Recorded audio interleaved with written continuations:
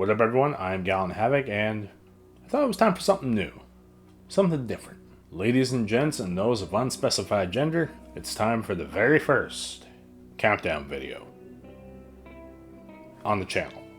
Because countdowns are totally my original idea. Sure, some might call this a sellout, but it's something new for me. So as many of you well know, I am a gamer.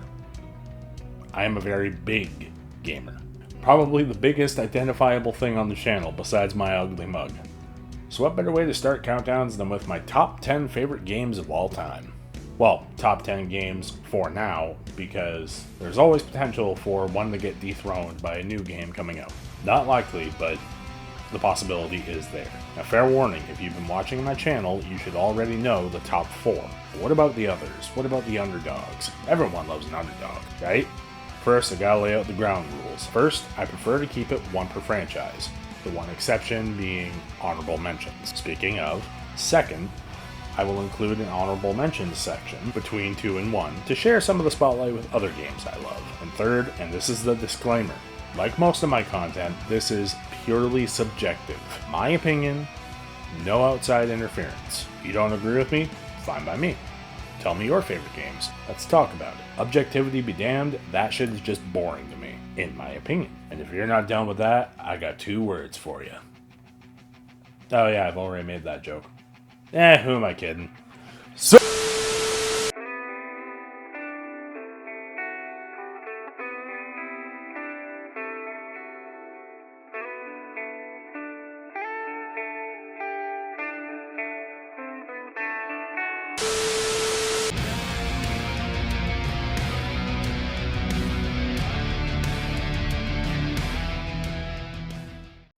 through my life, I have discovered so many forms of war. You get up in the morning, you get into your shitty car, and you see a rich CEO who works half as hard as you do drive down the street in his Porsche. Class 4. You make it to work, and you find out that the annual drug test is today. And you just so happen to take a puff of your one-hitter a couple nights ago before dinner with your wife's awful parents. Drug war. But then, you find out that the only ones being called in for testing are your black and Hispanic co-workers. Race war. Space wizards with laser swords that can throw shit with their minds? Star Wars. Friends, I love Star Wars. Sure, it's had plenty of ups and downs, particularly in recent years, but let me take you back to a time where we didn't care what was considered canon and not, and just loved the stories that were brought out in the Star Wars universe. And my personal favorite was always Star Wars The Force Unleashed. Play through a compelling story set between Revenge of the Sith and A New Hope, explore many of the planets in the galaxy, riveting lightsaber combat and force abilities that truly make you feel like a Jedi, well, unleashed. This game had it all, and I am one of the people clamoring for Starkiller to be made canon. Come on, Lucasfilm, it's money. Sure, you could argue the Jedi Fallen Order and Survivor games are kind of successors. But give me what I want. What I really, really want.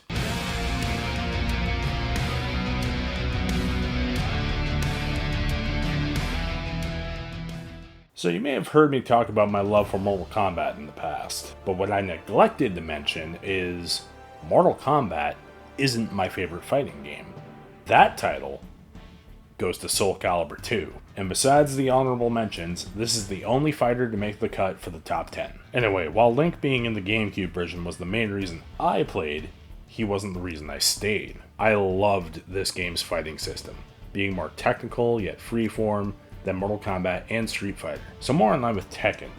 You really feel the diversity, especially considering its roster, with each character truly having their own identity and playstyle. When I wasn't Link, I was Nightmare, Cervantes, or Mitsurugi. And it had a great variety of game modes to play through, like the Weapon Master Adventure mode. Man, those were the days. Now if only Bandai Namco would get their heads out of their asses and give us Soul Calibur 7. Because I was one of the people that really did like Soul Calibur 6, which was honestly the closest to 2 we've ever had. But that's forgivable, Bandai Namco, because Sparking Zero is a thing.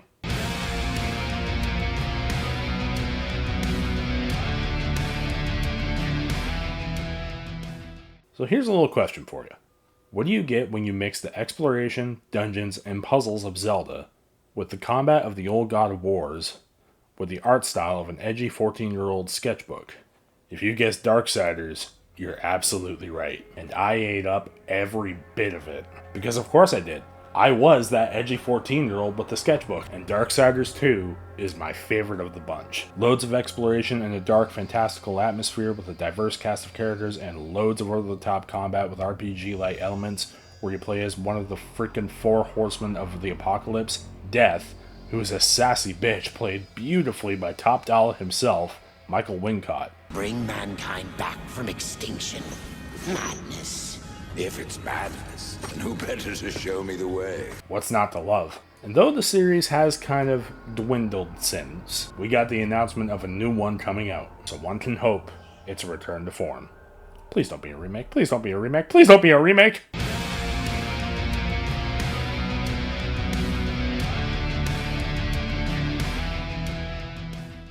Okay, so a couple things here. One, you may notice I have a particular love for adventure games. So there's that. Second, I had trouble deciding these next 2 entries. So keep in mind they're kind of in a fight for their respective slots. Hell, almost tied. But anyway, Ghost of Tsushima. People who know me know I love samurai culture. Hell, not just samurai culture, but all of Japanese culture entirely. And this game literally is Japanese culture and history. I did a review on it when it first came out, and it quickly became one of my top games. You want a game that literally makes you feel like an unstoppable samurai warrior? This is the one to play. Loosely based on the Mongol invasion of Tsushima, this game has plenty of semi-historic accuracy to set the tone, and any lover of Japanese culture will find themselves enamored with the representation. And let's not forget the beast that is photo mode. There goes hours of my life well spent. If you haven't played this, I 100% recommend. It is, by far, in my opinion, one of the better PlayStation IPs to come out in recent years. Speaking of which...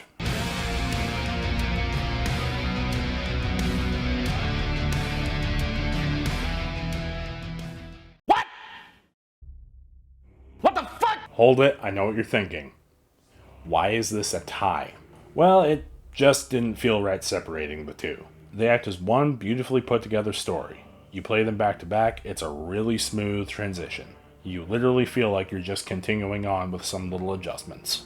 A lot of games fail at this, often drifting too far to being the exact same, or 2 being completely different. The Norse God of War games accomplish an extraordinary balance between the two. Ragnarok literally is the next step in its predecessor's evolution. But besides that, you have a beautiful, emotional, character-driven story accompanied by brutal and fluid combat, and plenty of exploration at your disposal, as God of War games should if you ask me. And with the Valhalla DLC, it all comes to a head with a roguelike experience that pushed the story of Ragnarok even further to a riveting conclusion for everyone's favorite killing machine turned loving father, Kratos. Now all I gotta ask is, what's next?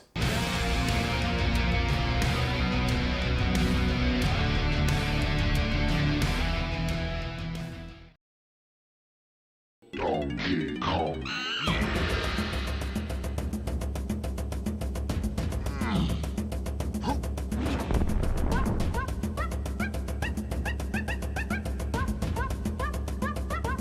Folks, I wish I could accurately tell you the amount of insurmountable joy that this game gave me as a kid. Hell, I'd even say this was my favorite game at that age, of 4. But now that I'm older, it's gone down a bit, but it is still one of the greats for me. During the heyday of the 3D platformer era, this game was massive. Like, this was the reason to have the N64 expansion pack because of how huge it was for its time.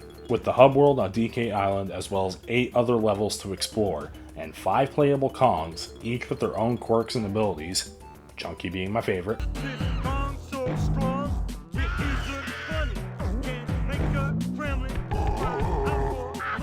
There was plenty to do and plenty of fun to be had with it. Now sure, you could argue this game was the biggest hell of a collectathon, but to me personally, I loved that bit because it made me explore the many levels and experiment with all the different Kongs. And the freedom it offered, being able to tackle the goals in whatever order you wanted, so long as you had the Kong unlocked, left plenty of diversity. Not to mention Grant Kirkhope's whimsical soundtrack that was just a treat, like the DK rap. Now if we could just get another DK game that isn't a remake and is a 3D platformer and give it the Mario Odyssey treatment. Nintendo, do this and my life is yours. As if it wasn't already.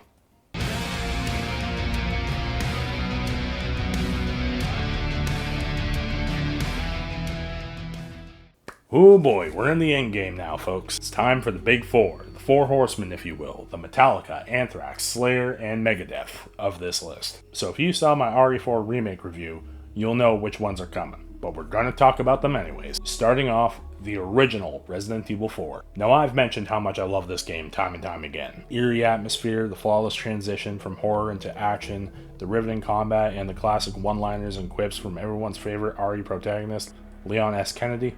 And all this is without saying how this game changed the landscape of third-person shooters forever. There's a reason this isn't just my favorite Resident Evil, but many other people's. And while I love the remake, this one still takes the crown. Guess that's a local's way of breaking the ice.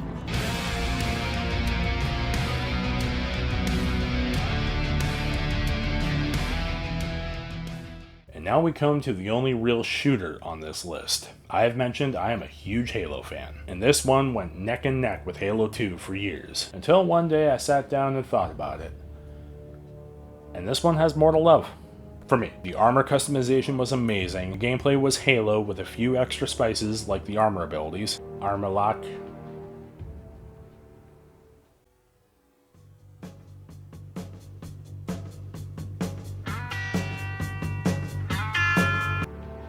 the multiplayer, though somewhat toxic, though that's the same with pretty much every shooter, was fun and enjoyable. And the introduction of Forge World, where you could literally create your own maps on a giant canvas. And this is all without mentioning the brilliant and tragic story of Noble Team and the fall of Reach. Probably one of, if not the most pivotal moments in the Halo story. And on a more personal note, this was the game my late brother and I loved playing the most together. Halo Reach had it all for me. And that's why it's not just my favorite Halo game, but my favorite shooter.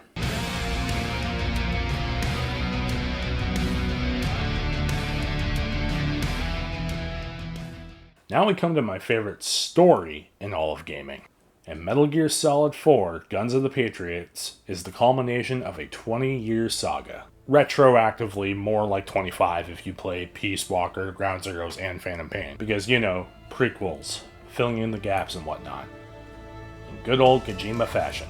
With a complicated, somewhat convoluted, but hell of a compelling, overarching plot that only Kojima could come up with, 4 was the way to end the story. And what a way it ended. Not with a bang, but with an actually emotional and bittersweet ending. And the gameplay is the perfect evolution of the old Metal Gear formula. Sure, there are moments where it seems like more of a movie than a game with the sheer amount of cutscenes. But the gameplay segments you do are so well designed that it more than makes up for it. Now here's hoping the remake of Snake Eater does well. Because if it doesn't, I think it'll be safe to resort to the old saying, fuck Konami.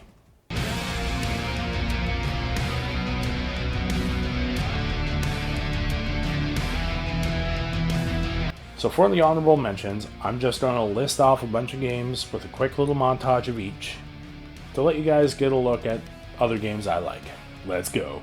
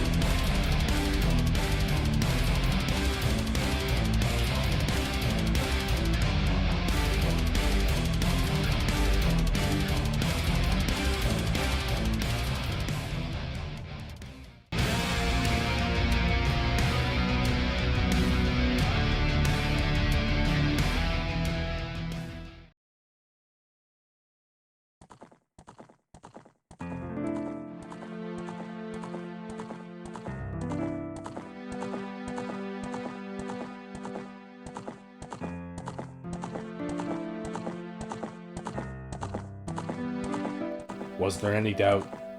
What can I say that hasn't been said before? Call me a nostalgia slave, but there is no game that has brought me the amount of joy Ocarina of Time has in all my life. The amount of hours I've put into this game over the years, I shudder to think of the amount. Even after beating it and even 100% completing it, every time, I'd still spend time in Hyrule doing the most menial things, whether it be playing the minigames offered, or just traveling from Gerudo Valley to the Lost Woods, or any other location. Or hell, just play the game all over again because I love it every goddamn time. Not to mention its timeless story about a lost childhood due to the extraordinary circumstances, the classic story of good versus evil, and the fully realized 3D world of Hyrule being brought to life, arguably ahead of its time. And of course, the introduction of my favorite villain of all time, Ganondorf.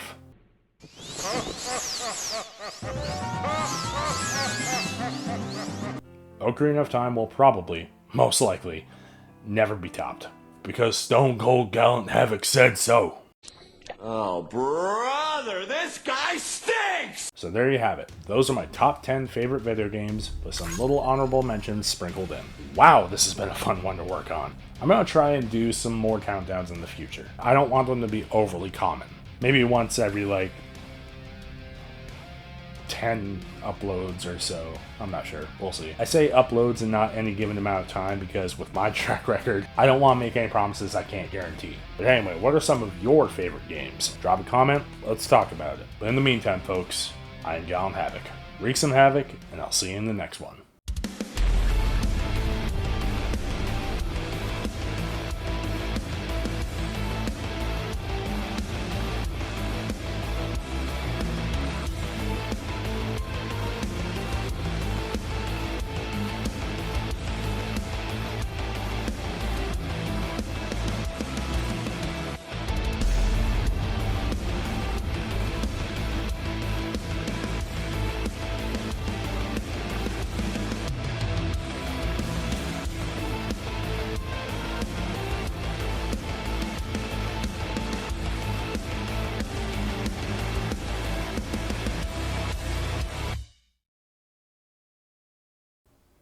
Bum bum bum bum bum bum bum bum bum bum bum bum bum bum bum. Donkey Kong.